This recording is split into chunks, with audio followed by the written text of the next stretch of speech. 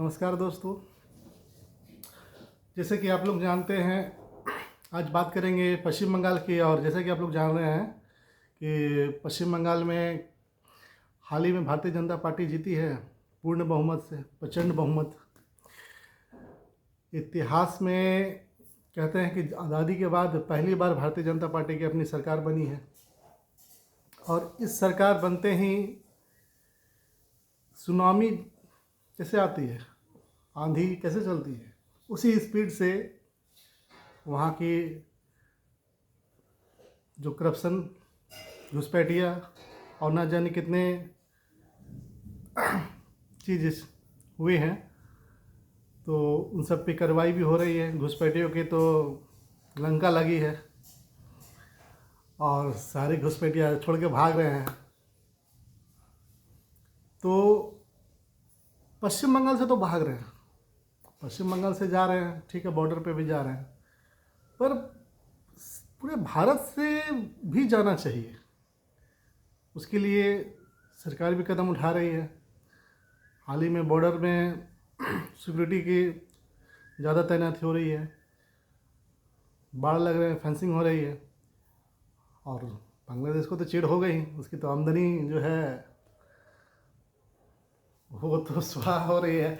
तो इसी उपलक्ष्य पे आज चर्चा करेंगे थोड़ा, है ना, कि बांग्लादेश में इतना जलन क्यों हो रहा है। बांग्लादेश से तो अच्छा अच्छा न्यूज़ आ रहा है भाई कि बाढ़ लगने नहीं दिया जा रहा है। वहाँ के जो बॉर्डर फोर्स है, बांग्ला बॉर्डर फोर्स इसको बोलते हैं, वो काम में बाधा डाल रही है। पर हमारे बीएसएफ वालों ने तो बंदूक दिखाए ना, कि बस सबकी सिट्टी पिट्टी गुम हो गई है। अभी हाल ही में न्यूज़ भी है कि तृणमूल कांग्रेस, ममता बनर्जी, अभिषेक बनर्जी, इन सब का लुटिया डूबने वाला है। पार्टी का भी लुटिया डूबने वाला है। पार्टी में सब सब तोड़ तोड़ के, छोड़ के समझिए कि बीजेपी की तरफ रुख कर रहे हैं। मगर बीजेपी भी कहाँ उसे अंदर आने देगी। तो बीजेपी अगर अंदर आने दे देती है तो इससे सबसे खराब संदेश जाएगा। यह संदेश खराब इसलिए जाएगा कि जो करप्शन कर चुके हैं, जो गुंडागर्दी कर चुके हैं, वही लोग बीजेपी में आ जाएंगे और फिर वो लोग गुंडागर्दी करेंगे, तो पार्टी बदनाम होगी। ममता बनर्जी बोलेगी देखो बीजेपी वालों ने आज यहाँ तोड़ फोड़ मचाया है, गुंडागर्दी कर रहा है, और इससे पार्टी की ही बदनामी होगी। तो शुभेंदु अधिकारी ने साफ कह चुका है कि अभी पार्टी में कोई एंट्री नहीं, अभी पार्टी में सारा एंट्री बंद है। तो पार्टी में सारा एंट्री अगर बंद है तो फिर कुछ लोग तो सुने हैं कि दिल्ली में ही जाके पैर भी लगा रहे हैं। न्यूज़ में भी आ रही है, दिल्ली में जाके न्यूज़ में दिखा रहा है कि दिल्ली में आके सब पैरवी कर रहे हैं कि भाई हमें ले लो। पर दिल्ली से भी अभी जब पार्टी एंट्री बंद है तो बंद है, सभी के लिए बंद है। खुलेगी तो देखा जाएगा, अब जब खुले, महीना 6 महीना, साल 2 साल। तो ये ऐसा हुआ क्यों इतना बंगाल में, जहाँ लोग सेकुलर जैसा सोच विचार था, अचानक ये बदलाव कैसे हुआ। तो अचानक बदलाव ऐसे हुआ कि ममता बनर्जी का जो जुर्म है, जुल्म जिसको बोलते हैं, लोगों को कितना दिन बर्दाश्त करेगा। आखिर गुंडागर्दी, लोग भी उससे परेशान, सारे हिंदू त्राहिमाम हो रहे थे। त्राहिमाम होंगे तो भाई जाहिर सी बात है कि वो दूसरा की विकल्प चुनेंगे। और दूसरा विकल्प वहाँ पर सीपीएम है, कम्युनिस्ट। तो जाहिर सी बात है, जब कम्युनिस्ट है तो कम्युनिस्ट तो वहाँ राज कर चुकी है, तो कम्युनिस्ट राज कर चुकी है, उसका भी सत्ता देख लिया है सब। कम्युनिस्ट को हटा के ही तो तृणमूल आए थे, ममता बनर्जी आई थी, पर उसके सारे गुंडे घुस गए उसमें,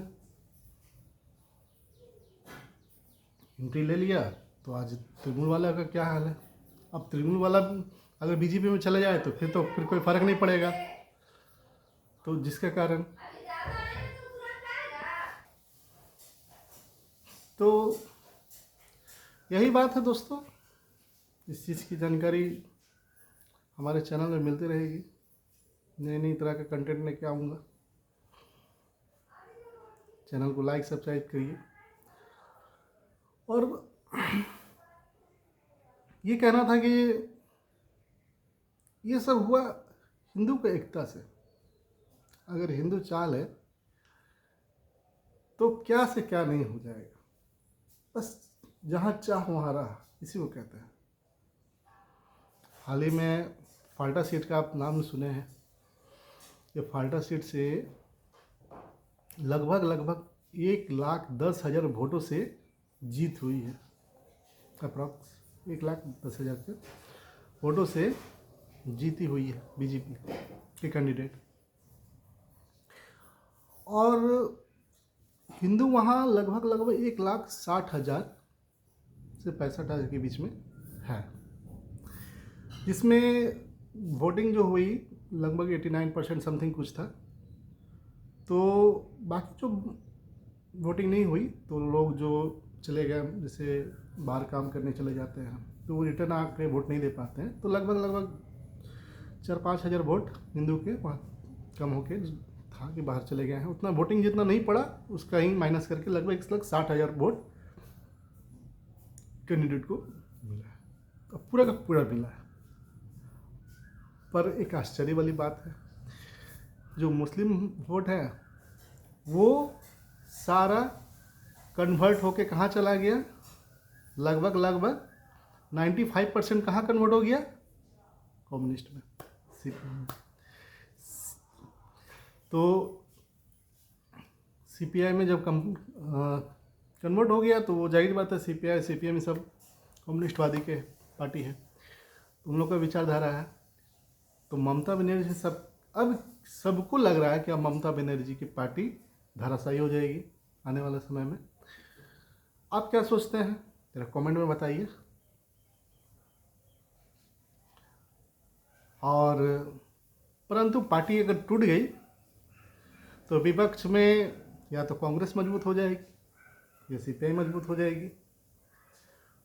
तो इन लोगों का विचारधारा और बाकी का विचारधारा, जो इस सरकार आई है, शुभेंदु अधिकारी की जो सरकार आई है, बीजेपी की सरकार जो आई है, दोनों की विचारधारा में जमीन आसमान का अंतर है। तो बात विचारधारा की होती है, विचारधारा से ही लड़ाई होती है। आज लोग खुश हैं, यहाँ तक कि न्यूज़ में भी आ रही है कि टीएमसी के जो विधायक हैं, जो वार्ड परिषद है, सब पे कानूनी कार्रवाई हो रही है और सभी को जेल भेजा जा रहा है।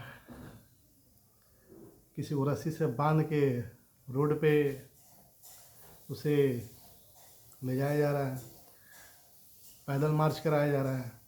तो किसी को आज जूतों की बारिश, कोई टीएमसी का वार्ड है, मेंबर है, जो जिसे कोई जूते की बारिश, लोग चप्पल से बारिश उस पर कर रहे हैं। बेचारा मुंह छिपाते छिपाते भाग रहा है। तुरंत सीआरपीएफ बटालियन और पुलिस आई, उसे पकड़ के ले गई।